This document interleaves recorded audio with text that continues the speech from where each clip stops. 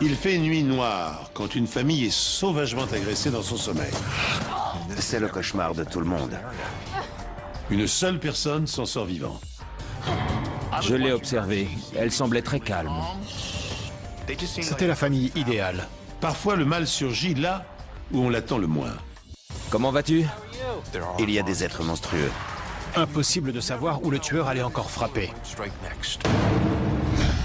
Bonjour, je suis heureux de vous retrouver pour ce nouvel épisode des Enquêtes Impossibles. L'histoire que nous allons découvrir aujourd'hui nous plonge au cœur d'un phénomène criminel apparu relativement récemment. Ce qu'on appellera la tuerie de masse, ou le fait de tuer plusieurs personnes au cours d'un même événement. Un des exemples les plus connus de ce type de crime abominable est certainement la fusillade de Columbine, survenue en avril 1999. 2 étudiants avaient tiré au hasard dans l'enceinte d'un collège, abattant 13 personnes avant de se suicider. Ni terroristes, ni serial killers, les tueurs de masse sont des électrons libres fous qui agissent sans raison identifiée, expliquent Olivier Asside et Julien Marcel dans leur livre « Tueurs de masse, un nouveau type de tueur est né ». Si le tueur de masse n'est pas pris sur le fait, il sera très difficile aux enquêteurs de remonter jusqu'à lui à cause de l'absence de mobile. C'est pourtant le tour de force que vont devoir réaliser les policiers de la commune de Mannheim.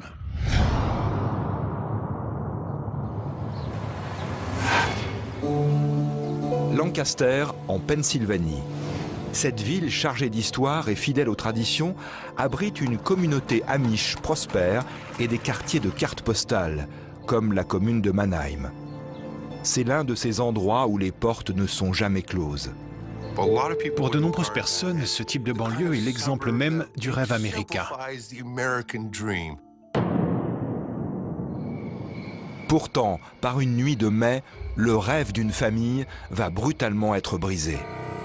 À 2h30 du matin, le calme nocturne est rompu par un cri. Des bruits de lutte résonnent dans une maison de Peach Lane.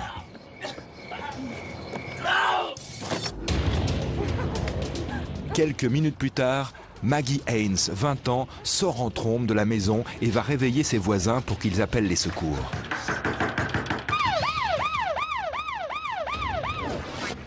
La police de Lancaster découvre une scène atroce. 2 corps ensanglantés gisent l'un à côté de l'autre dans la chambre parentale. Et un adolescent gît sans vie dans le couloir. Il a été balafré et poignardé à plusieurs reprises. C'est le cauchemar de tout le monde. Vous êtes chez vous, sans défense et endormi. Quelqu'un s'introduit dans votre maison avec un couteau et vous poignarde dans votre chambre. Quand on est arrivé sur place, on ne savait pas s'il n'y avait qu'une seule personne impliquée dans les meurtres, ou plusieurs. Il pouvait y avoir une sentinelle ou un chauffeur garé à proximité. On n'en savait rien. La police contacte aussitôt l'enquêteur Allen Lead, à la criminelle depuis 25 ans. Ils m'ont dit « Al, on a un triple homicide. On a besoin de toi sur place. » Les victimes sont rapidement identifiées. Il s'agit de la famille Haynes. Le père, Tom, 50 ans, a été poignardé à mort à la poitrine. À côté de lui, sa femme Lisa, 47 ans, a elle aussi été poignardée à plusieurs reprises. Et Kevin, 16 ans, leur plus jeune enfant et unique fils, a été lardé de coups de couteau. L'agression la plus violente et la plus brutale a été portée contre Kevin. L'adolescent a été poignardé plus de 50 fois dans le dos, sur les bras et au visage. Sa gorge a été lacérée.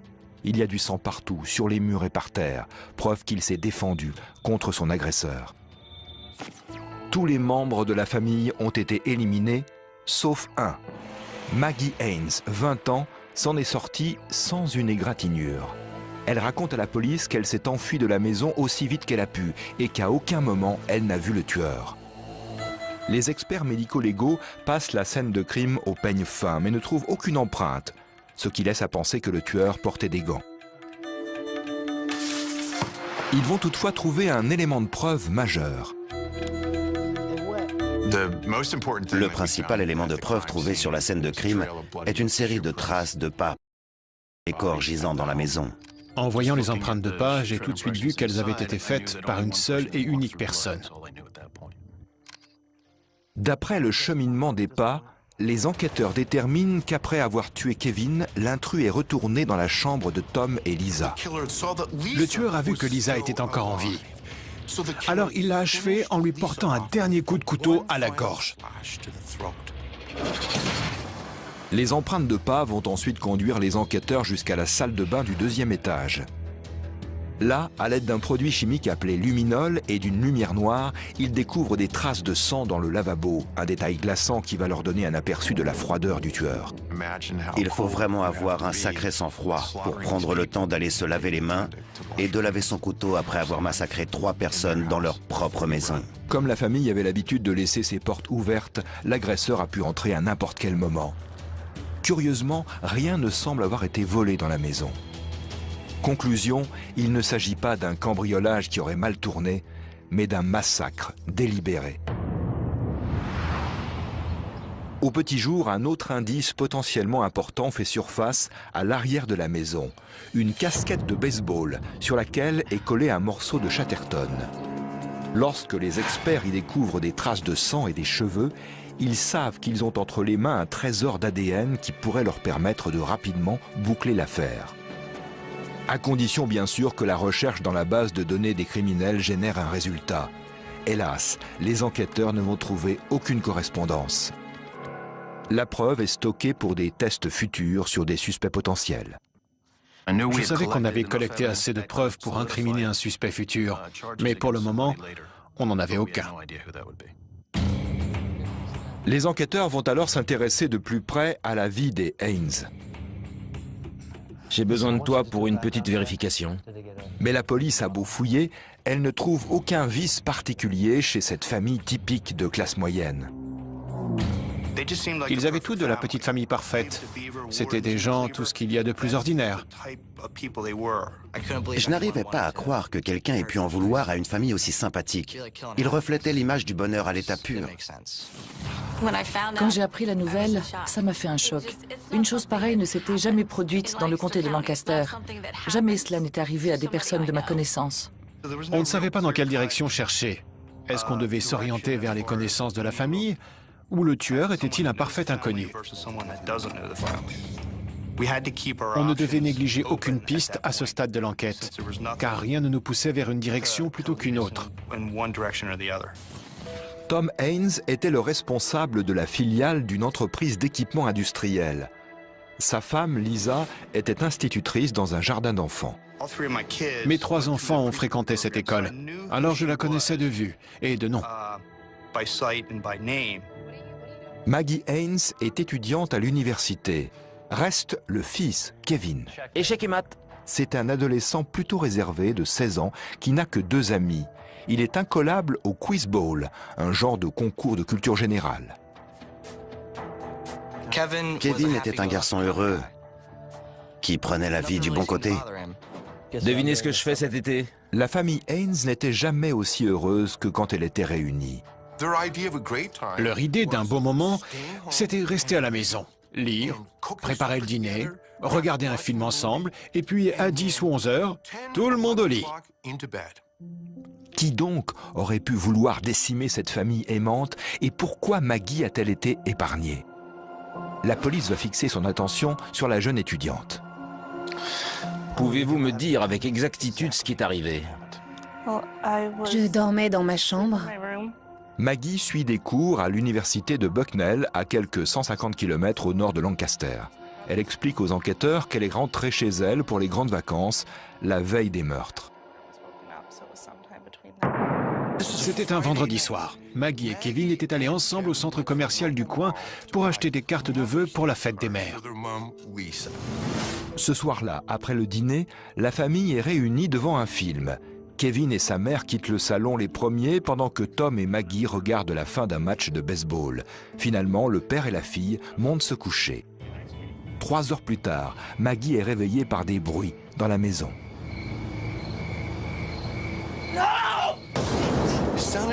Elle raconte avoir entendu un cri et des bruits de lutte dans le couloir. Elle déclare à la police que les bruits venaient de la chambre de son frère, Kevin. Lorsqu'elle arrive dans le couloir pour voir ce qu'il se passe, elle est choquée par la forte odeur de sang. Elle se précipite alors dans la chambre de ses parents où elle est secouée par une vision d'horreur. Son père gisait, complètement immobile dans son lit. Et sa mère, Lisa, était assise, manifestement en état de choc.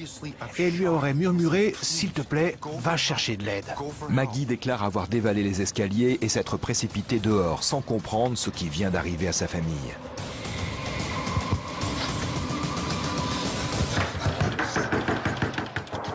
Son récit semble concorder avec les faits. Pourtant, les enquêteurs sont surpris par son attitude pendant l'interrogatoire. Mon père était dans son lit. Je n'ai pas tout de suite compris qu'il était mort. La réaction de Maggie, immédiatement après la tragédie, était franchement troublante. Je l'ai observée. Elle semblait très calme. La police s'est demandé si Maggie n'en savait pas plus que ce qu'elle laissait paraître. Se pouvait-il qu'un petit ami de Maggie à l'université soit l'auteur de ce massacre? Mais ce qui va encore un peu plus éveiller les soupçons des enquêteurs, ce sont ces quelques mots qui terminent son procès verbal. Sa phrase de conclusion était « Et vous connaissez la suite ». C'était un commentaire curieusement blasé pour quelqu'un dont la famille venait d'être massacrée. La police doit envisager l'éventualité atroce que Maggie ait pu éliminer toute sa famille. Il n'y avait pas eu de cambriolage. Rien n'avait été volé. Le but était clairement de tuer, mais pourquoi elle et elle seule avaient pu en réchapper? Et le détachement qu'elle manifeste lors de son interrogatoire ne fait qu'accroître les soupçons qui pèsent sur elle. C'était un peu étrange, cette absence d'émotion. Et ils ont appelé la police. Mais les preuves médico-légales ne soutiennent pas la thèse d'une Maggie tueuse solitaire. Les traces de pas sont celles d'un homme de pointure 47. Et quand Maggie frappe à la porte de ses voisins pour les appeler à l'aide, elle n'a pas une seule goutte de sang sur elle. Pour autant, la police n'est pas prête à rayer la jeune fille de la liste des suspects. Les autres enquêteurs et officiers partageaient cette intuition qu'elle était impliquée. Pas physiquement cette nuit-là, mais peut-être en tant que complice. La police doit éliminer la possibilité que Maggie ait recruté quelqu'un pour commettre les meurtres. Aucun retrait important d'argent n'apparaît sur ses relevés de compte bancaire et aucun appel suspect ne figure sur ses relevés téléphoniques. On a enquêté sur sa vie, on a fouillé dans ses ordinateurs, mais rien. Lors de ces différents interrogatoires, Maggie ne va jamais dévier de son premier récit ni laisser transparaître la moindre once de culpabilité. Les enquêteurs vont en arriver à la conclusion que son calme étrange est simplement sa façon à elle de surmonter un stress extrême. Chacun réagit à sa façon. Comment était-elle censée réagir quand sa famille venait d'être décimée? Elle s'en est sortie cette nuit-là, mais elle en gardera des séquelles toute sa vie. Pourtant, un fait troublant demeure inexpliqué. Pour une raison ou une autre, le tueur ne s'en est pas pris à Maggie alors qu'elle était profondément endormie à quelques pas des autres victimes. Avez-vous vu quelqu'un quitter la maison? Non, personne. Le tueur connaissait-il Maggie et l'a-t-il intentionnellement épargnée tout en ciblant les êtres qui lui étaient le plus chers? Pour en savoir davantage, les enquêteurs vont chercher du côté de la faculté de Maggie, l'université de Bucknell, au centre de la Pennsylvanie. Peut-être qu'il y avait quelqu'un, un petit ami, tapi dans l'ombre à Bucknell, ou bien un professeur déséquilibré qui aurait pu être le coupable. Les enquêteurs interrogent les amis et les enseignants de Maggie, notamment un professeur avec lequel elle entretenait des liens étroits.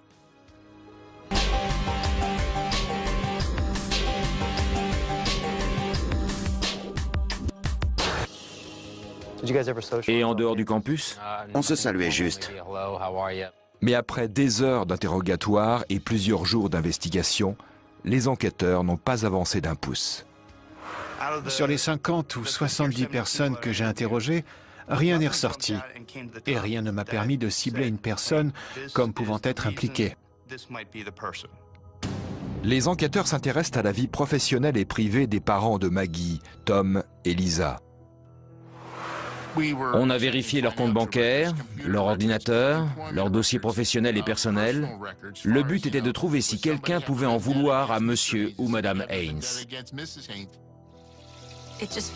On avait le sentiment qu'il devait s'agir de quelqu'un qui les détestait, mais on n'a trouvé personne susceptible de les haïr à ce point. Diane Garber était une collègue et amie de longue date du père de Maggie, Tom. Tom Haynes était quelqu'un de très chaleureux, plein de compassion et de bienveillance. C'était une personne positive, à la bonne humeur contagieuse. Il était estimé de tous ceux qu'il connaissait. Une enquête plus poussée va toutefois révéler qu'une personne au moins n'était pas en si bons termes avec Tom. On avait un commercial en interne qui donnait l'impression de ne pas faire sa part du travail. Il profitait de toutes les occasions qui se présentaient pour en faire le moins possible. Bill, t'as une minute? Oui? Qu'est-ce qui se passe? 2 semaines avant les meurtres, Tom Haynes convoque l'employé négligent dans son bureau. C'est ridicule. À un moment, la conversation a dégénéré en altercation verbale. Ce type avait eu maille à partir avec M. Haynes, et quand on a voulu l'interroger, il n'était pas là. Et ça a duré 2 ou 3 jours. On ignorait totalement où ce type pouvait se trouver. Finalement, l'employé refait surface. Il était en visite chez sa famille et semble très secoué par la nouvelle des meurtres. Et surtout, il a un solide alibi. Cette nuit-là, il était sorti avec sa femme et des amis. Des reçus et des bandes vidéo ont confirmé qu'il n'avait rien à voir avec cette affaire. C'est donc un suspect de plus qui est mis hors de cause.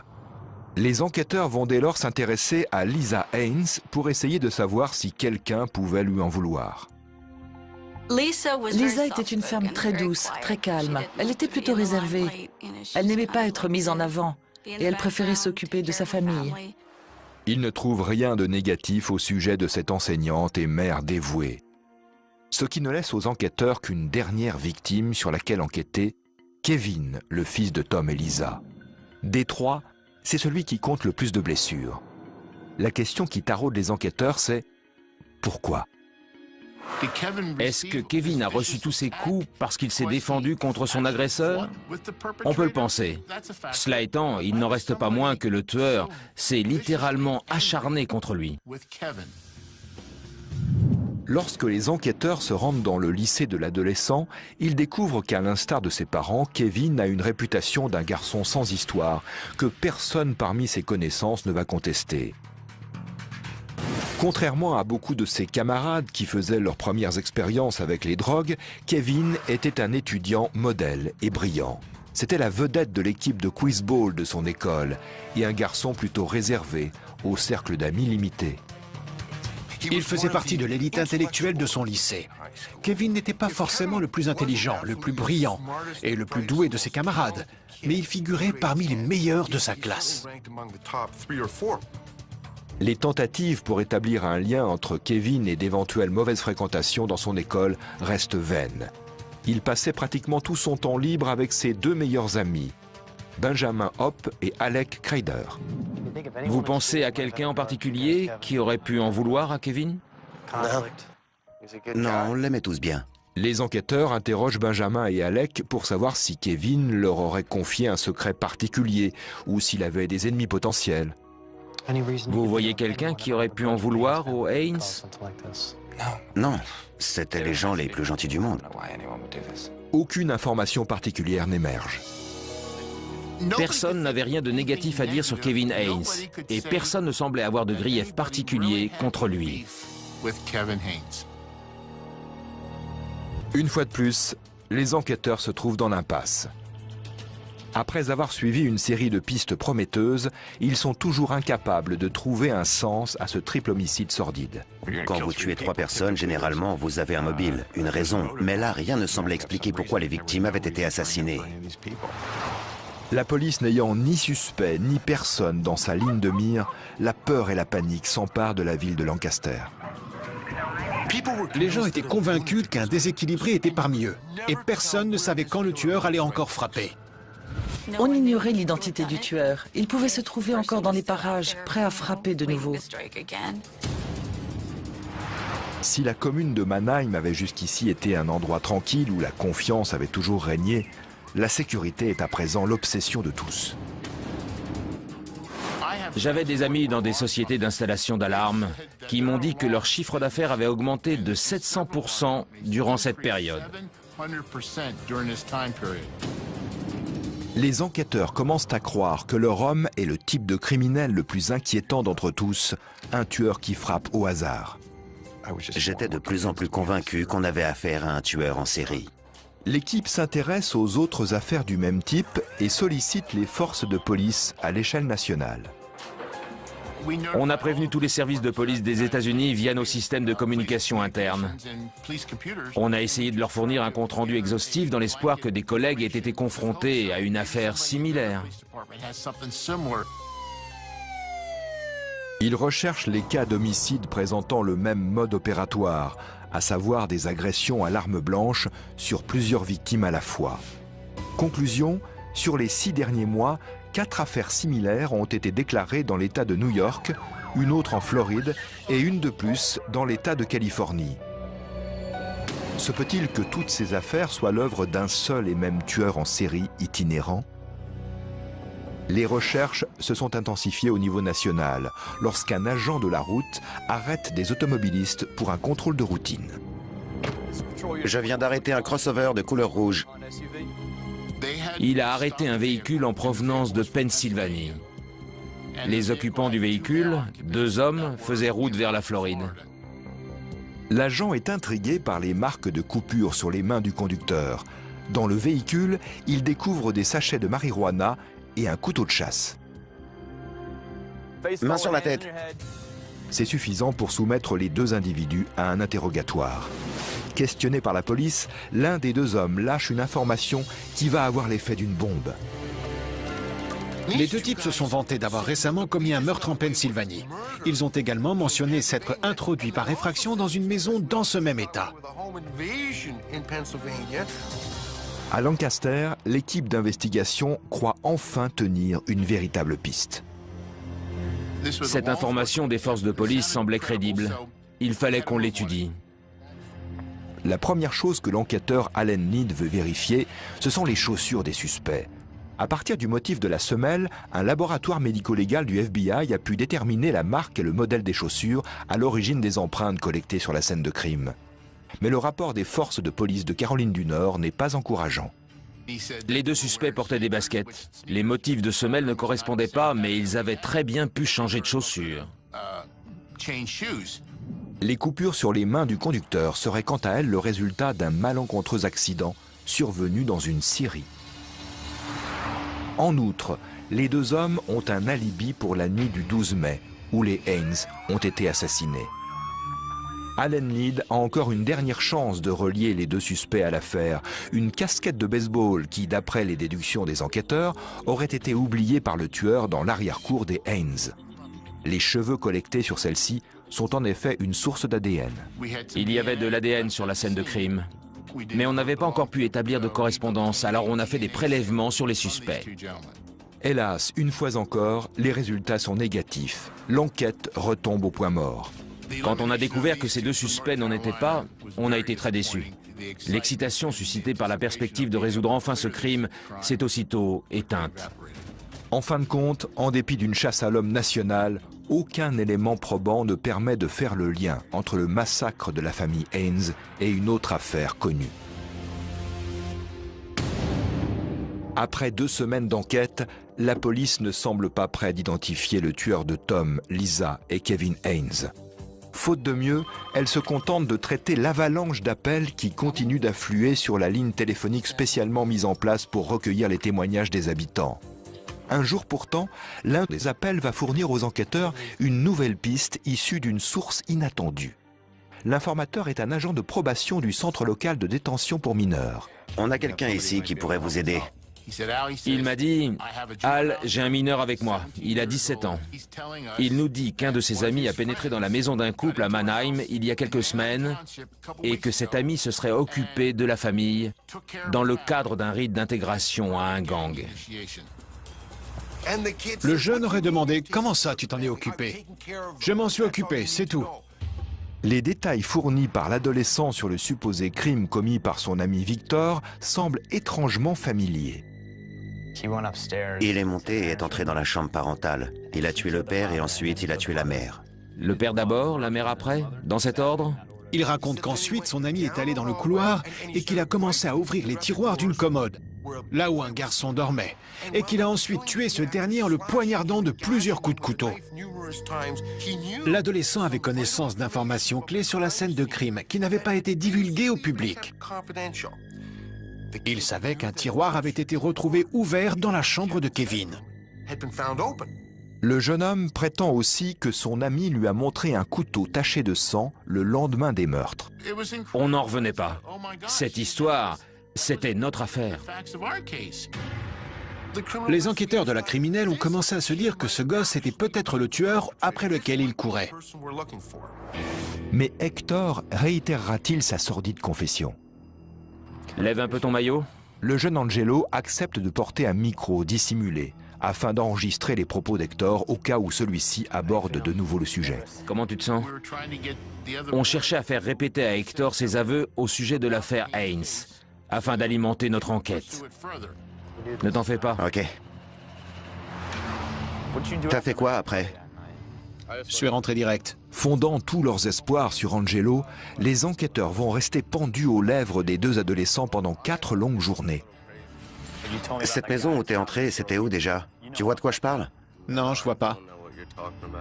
À aucun moment il n'a mordu à l'hameçon.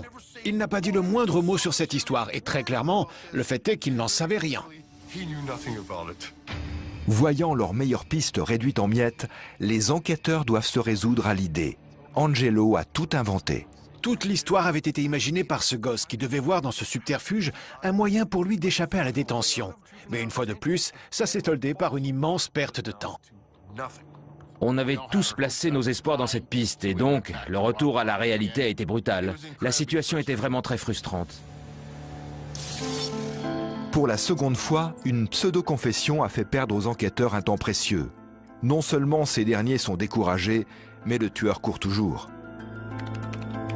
Tous les enquêteurs avaient mis leur vie personnelle entre parenthèses. Ils travaillaient 18 à 20 heures par jour. Ils avaient étudié tous les angles de recherche imaginables et leur degré d'implication dans cette affaire était impressionnant. Parfois, je me réveillais en pleine nuit, non seulement parce que cette affaire me hantait dans mon sommeil, mais surtout parce que je m'inquiétais vraiment pour ma famille. C'était des spéculations sans fin. Et il y a eu tellement de rumeurs tout au long de l'enquête criminelle. Les voisins finissaient par s'accuser les uns les autres. La police a interrogé mon père parce qu'il n'avait pas d'alibi pour cette nuit. Mais il connaissait à peine Kevin. Ils lui ont quand même prélevé son ADN, ses empreintes digitales, plus par acquis de conscience. Je crois que chaque fois que quelque chose d'aussi grave et d'aussi horrible se produit dans un quartier, ça change les choses. On se met à soupçonner son voisin en se demandant si on le connaît vraiment. Et là, je ne suis pas en train de dire que les gens ne se font plus confiance, car ce n'est pas le cas. Mais je ne vois pas comment une telle chose peut se produire et ne pas avoir d'incidence sur le quartier et sur ses habitants. Cela étant, bien entendu, quand le coupable court toujours, tout le monde devient suspect. Pendant toute l'enquête, personne n'a été soumis au détecteur de mensonges. L'explication est simple. Il n'y avait aucune personne en particulier au sujet de laquelle on s'est dit qu'il serait important de vraiment l'interroger en profondeur. Aucune personne qu'il nous fallait pousser dans ses retranchements parce qu'on pensait qu'elle nous cachait quelque chose. Ça n'est jamais arrivé. Et donc, dans le cadre de cette enquête, il n'y avait aucun suspect à passer au détecteur de mensonges. On n'a pas pu trouver l'ombre d'une raison valable permettant d'expliquer l'acharnement dont les Haynes ont été victimes. Et donc, pour cette raison, on n'avait pas de suspect. Une série de questions continue de hanter les enquêteurs expérimentés. Pourquoi le tueur, en pleine frénésie meurtrière, a-t-il laissé la vie sauve à Maggie? Pourquoi le tueur, qui a pris la peine de porter des gants et de nettoyer la lame de son couteau, a-t-il laissé des traces de pas? Que penser de la brutalité de l'agression qui suggère que l'assassin connaissait personnellement ses victimes? Celui qui a fait ça connaissait manifestement l'agencement de la maison. Il savait que les Haynes laissaient leur porte ouverte. Celui qui a fait ça connaissait le quartier et savait à l'avance par quel chemin il allait s'échapper. Lors de la cérémonie funéraire de Kevin et de ses parents, Lisa et Thomas, à l'église méthodiste d'Otterbein, le frère de Lisa, Tom Brown, avait supplié le tueur de venir devant eux et de demander pardon à Maggie. Et il avait poursuivi: « Je dis ça parce que je sais que le tueur peut se trouver dans l'assistance aujourd'hui. » Bien sûr, personne ne s'était manifesté. Mais Tom avait-il alors vu juste? Car le tueur connaissait vraisemblablement le domicile des Haynes. En plus, il s'est acharné sur Kevin, sa dernière victime, comme s'il s'agissait d'une vengeance personnelle. Les policiers ont pourtant jusqu'à présent échoué à trouver un mobile. Après plusieurs semaines, il faut bien le dire, l'enquête est au point mort. Le 7 juin, peu après minuit, l'enquêteur Allen Lead, qui planche toujours sur l'affaire, est appelé en urgence. Détective Lead? Un agent de police l'informe qu'un adolescent du quartier menace de se suicider. Le jeune suicidaire n'est pas n'importe quel adolescent. Ok. J'ai demandé comment s'appelait le gamin. C'était Alec Crider. Ça a tout de suite fait tilt dans ma tête. C'était Alec, le meilleur ami de Kevin Haynes. L'enquêteur Lead voit l'une de ses pires craintes devenir réalité. La mort violente de Kevin commence à avoir des conséquences sur son entourage. Je redoutais que ce genre de choses arrive à un des amis de Kevin, parce que c'était une histoire absolument atroce. Et chez une personne en proie à des problèmes psychologiques, ça peut être un déclencheur. C'est un tournant tragique dans une affaire déjà insupportable. Kevin et Alec étaient très liés. Ils étaient toujours ensemble, toujours à discuter. Après les meurtres, Alec a dit « Quel genre de personne faut-il être pour commettre un acte aussi glacial et sans cœur ?» Près de 4 semaines après le meurtre de son ami, Alec menace de mettre fin à ses jours. « J'ai un flingue. » Quoi? Il est au téléphone avec Caroline, qu'il fréquente depuis peu. Il lui dit qu'il a une arme chargée et qu'il a envie d'appuyer sur la gâchette. « Si on se voit plus, je me tue. » Sans cesser de lui parler, Caroline fait passer un mot à sa tante qui prévient la police.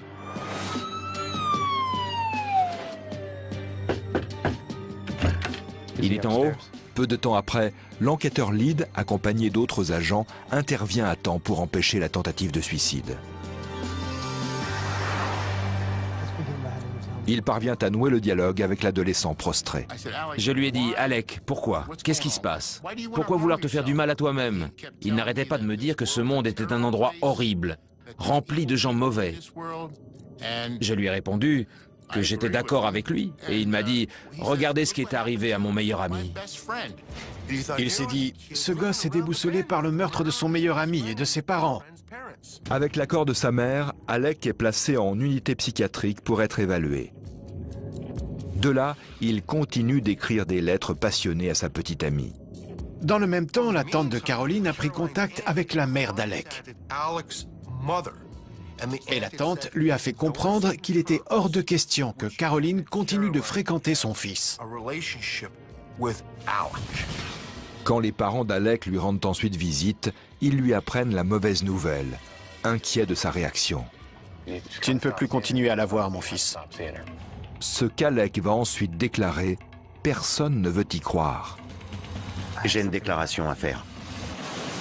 Quelques minutes plus tard, le conseiller rappelle les parents d'Alec et demande à leur fils de leur répéter ce qu'il vient de dire. Maman, papa,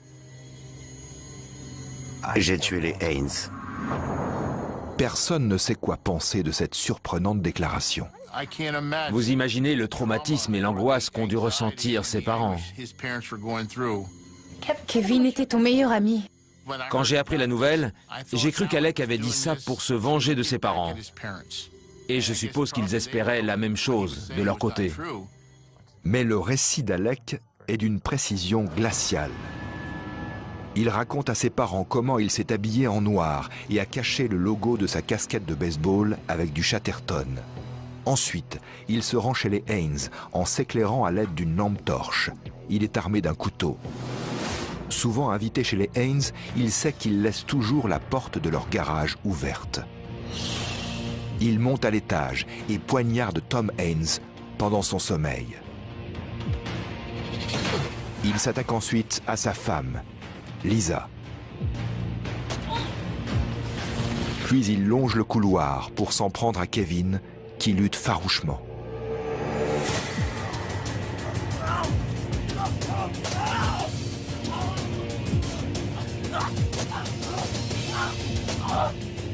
Réveillée par les cris de son frère, Maggie sort de son lit et se précipite dans la chambre de ses parents. Sa mère lui murmure ses dernières paroles. Va chercher de l'aide. Pendant que Maggie s'enfuit de la maison, Alec achève son meilleur ami.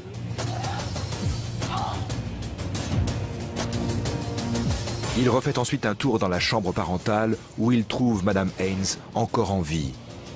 Il va alors lui porter un ultime coup, fatal. Avant de partir, il monte dans la salle de bain du haut et rince ses mains pleines de sang. Il pense qu'il a tué tout le monde dans la maison.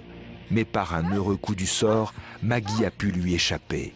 Alec ignore qu'elle vient de rentrer de l'université. S'il l'avait su, nul doute qu'il l'aurait éliminée également. Comment as-tu pu faire ça? Les parents d'Alec sont sous le choc. Ses parents n'arrivent pas à croire qu'il ait pu commettre de tels actes. Mais Alec va leur confirmer ses aveux.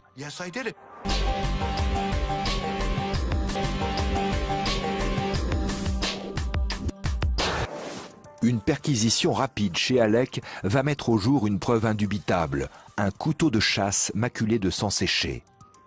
Les enquêteurs vont également mettre la main sur une paire de gants imbibés de sang. Autre détail tout aussi incriminant, les chaussures qu'Alec portait à son admission à l'hôpital sont de la même marque et de la même pointure que les chaussures identifiées par les experts.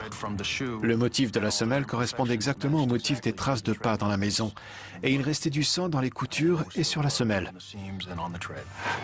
Les chaussures, le couteau et les gants retrouvés chez les Crider sont envoyés au laboratoire médico-légal pour des tests ADN. Là, la sinistre vérité est confirmée. Ils sont parvenus à faire le lien entre l'ADN de Kevin et celui d'Alec sur l'ensemble de ces éléments. Enfin, en fouillant dans l'armoire du suspect, la police découvre la preuve la plus dérangeante d'entre toutes. Un journal dont l'une des pages a apparemment été rédigée juste après les meurtres. On peut y lire « Alexandre est né le 12 mai 2007 à 3h30 du matin ». Il se présente comme un nouvel homme qui a gagné en puissance et qui s'appelle désormais Alexandre. C'est comme s'il était fier d'avoir été capable de commettre ces actes odieux et qu'il faisait une déclaration en forme de conclusion, comme s'il avait franchi une nouvelle étape dans son évolution. D'autres passages du journal intime d'Alex sont révélateurs. On peut par exemple y lire cette phrase « Je déteste les gens, ils me rendent malade ». Dans un autre passage, l'adolescent explique « Je ne sais pas si c'est Dieu qui a voulu que je ressente une telle haine, mais les choses sont vraiment devenues détestables dernièrement. » Un professeur en psychologie de New York, le docteur Louis Schlesinger, s'est penché sur ces écrits. Et selon ses conclusions, il est possible qu'Alec ait éprouvé de la jalousie envers son meilleur ami. En effet, alors que Kevin évoluait dans un univers harmonieux sur le plan familial, Alec, lui, avait beaucoup de mal à accepter le divorce de ses parents. D'après le professeur, il n'aurait plus supporté de voir la famille de Kevin heureuse, et c'est ce qui aurait motivé son crime. Face au silence d'Alec, les experts ne peuvent toutefois qu'avancer des suppositions. Le 16 juin 2007, Alec Crider est arrêté. Au sein de la communauté, les sentiments sont contradictoires. Il n'avait plus à s'inquiéter de savoir si le déséquilibré courait toujours ou à quel endroit il allait encore frapper. D'un autre côté, c'était très troublant et déconcertant pour la communauté d'apprendre que le coupable était un enfant du pays, un de ses meilleurs espoirs. Comment un de leurs garçons les plus prometteurs avait-il pu faire une chose pareille? Quand j'ai appris qu'Alec était le meurtrier, je me suis dit non, ça n'avait pas de sens pour moi. Les enquêteurs chargés de l'affaire sont tout aussi choqués. Il a trompé des enquêteurs pourtant très aguerris et aurait trompé n'importe qui d'ailleurs. Il était intelligent, il était calme, il a su donner le change et reprendre le cours de sa vie. D'ailleurs, il a passé ses examens un peu après et a obtenu d'excellentes notes. Quand il a été arrêté, une des choses que j'ai remarquées en observant les traits de son visage, c'est son expression totalement froide. Il avait cet air impassible qui ne laisse transparaître aucune espèce d'émotion, une sorte de froideur, comme si rien n'avait d'importance. Quand j'ai remarqué cette expression, j'ai tout de suite pensé qu'il avait l'air vraiment diabolique, un peu comme s'il portait le mal sur son visage. À ce moment-là, je me suis senti soulagé qu'on l'ait enfin appréhendé, parce que ça nous a enlevé un énorme poids, non seulement à nous, les enquêteurs, mais aussi à l'ensemble de la communauté. Enfin, on pouvait dormir tranquille. Dans cette affaire, on se trouve face à une graine de tueur en série. Ce gosse est un petit génie de 16 ans qui est un tueur en série en devenir. Le seul mobile, c'est que c'est un tueur et qu'il lui faut tuer. Ce n'est pas quelque chose de facile à accepter, mais certaines personnes sont des monstres, et Alec Crider en est un. Pour les personnes proches de l'affaire, cette obsession représente à elle seule le mobile de ces terribles crimes. Il avait envie de savoir quel effet ça faisait de tuer, et s'est dit pourquoi ne pas essayer sur son meilleur ami. Et donc il l'a fait. Et il a tué son meilleur ami, Kevin. Et sa principale motivation, c'était simplement d'expérimenter, de savoir si cela lui procurait autant de plaisir que ce qu'il avait imaginé. Il est narcissique, ça ne fait aucun doute. Tout ce qu'il a écrit sur sa supériorité par rapport aux autres, le fait qu'il soit plus intelligent que tout le monde, et à quel point les autres l'ennuient, ces pensées l'obsédaient, à tel point qu'il a dû les écrire. La colère qu'Alec dit avoir ressentie à ce moment-là, couplée à son absence totale de remords, en font le type de criminel le plus terrifiant. Un tueur en série dénué de toute empathie et sans aucune compassion ni aucun respect pour la vie. Toute ma vie, je resterai intimement convaincu qu'il aurait tué encore et encore, sans autre raison que celle d'être ce qu'il est. Alec et ses parents espèrent qu'une évaluation psychiatrique lui permettra de plaider la folie lors du procès et d'échapper ainsi à la peine criminelle maximale. Il ne s'agissait pas de quelqu'un qui avait perdu la tête. Il avait tout planifié, avait choisi l'heure à laquelle la famille serait le plus vulnérable et, après son forfait, il est tranquillement allé se laver les mains. L'avis de l'équipe psychiatrique rejoint celle du procureur. Alec n'est pas fou et est par conséquent pleinement responsable de ses actes. Après ça, il n'avait plus beaucoup d'options. Il pouvait aller au procès et essayer de faire croire qu'il était innocent. Mais avec la quantité de preuves matérielles qu'on avait contre lui et ses aveux à sa famille, il n'avait aucune chance d'être acquitté. Alec est déclaré mentalement capable d'être jugé. Cependant, à l'approche du procès, il plaide coupable, espérant que sa jeunesse lui vaudra l'indulgence du juge. Hélas pour lui, le brillant jeune homme se fourvoie. Le juge ne lui accordera pas la clémence.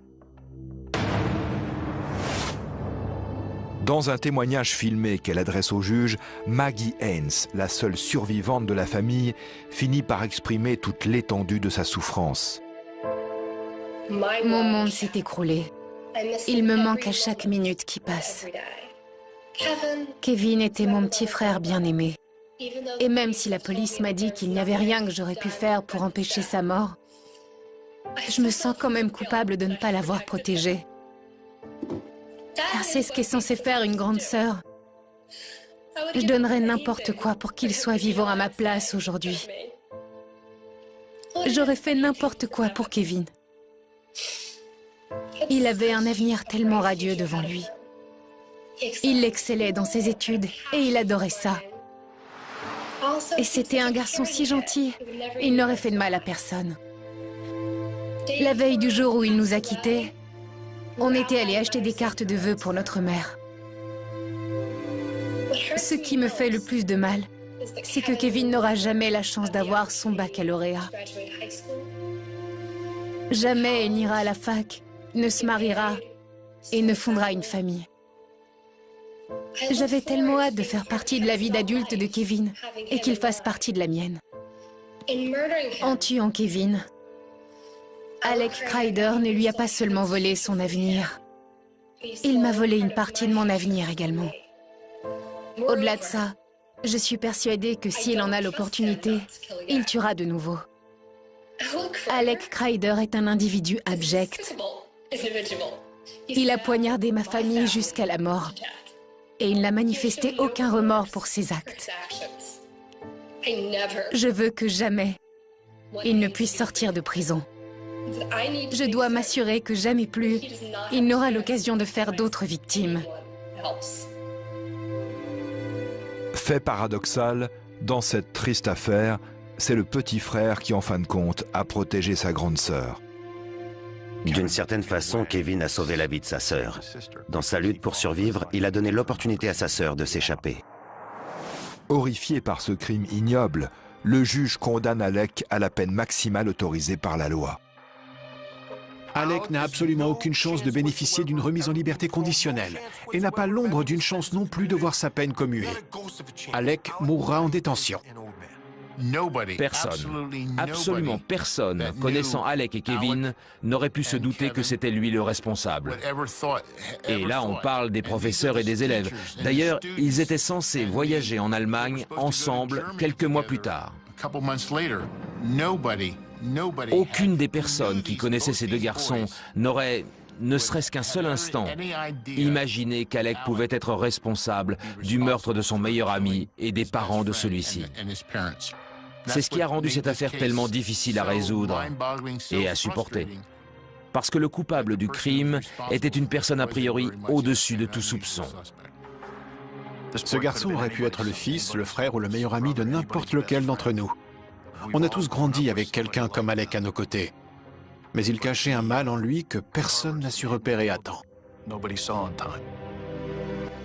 Il aurait continué de tuer tant qu'on ne l'aurait pas arrêté. Il y aurait eu d'autres morts et puis il serait entré à la fac. Ça aurait été terrible s'il avait joui de cette liberté de mouvement qu'ont les étudiants.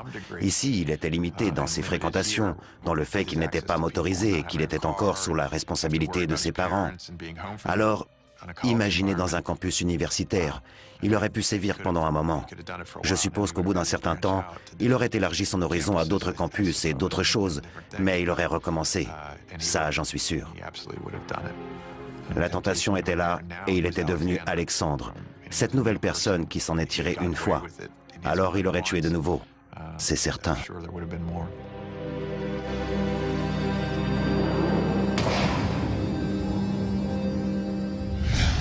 Âgé de 17 ans au moment de son procès, Alec a été jugé comme un adulte, vu la gravité des faits qui lui étaient reprochés. S'il avait été jugé comme un mineur, il n'aurait risqué qu'une peine d'enfermement dans un pénitencier pour enfants et aurait pu être libéré une fois adulte. Les juges ont heureusement estimé que le criminel était bien trop dangereux pour bénéficier de cette mesure. Aujourd'hui, l'ensemble des États américains autorisent les jeunes de plus de 13 ans à être jugés comme des adultes.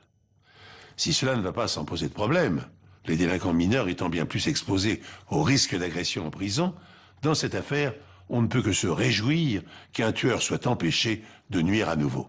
Cette émission est maintenant terminée. Je vous remercie de l'avoir suivi en ma compagnie et de nous rester fidèles. J'espère vous retrouver très prochainement pour un nouvel épisode de nos Enquêtes Impossibles.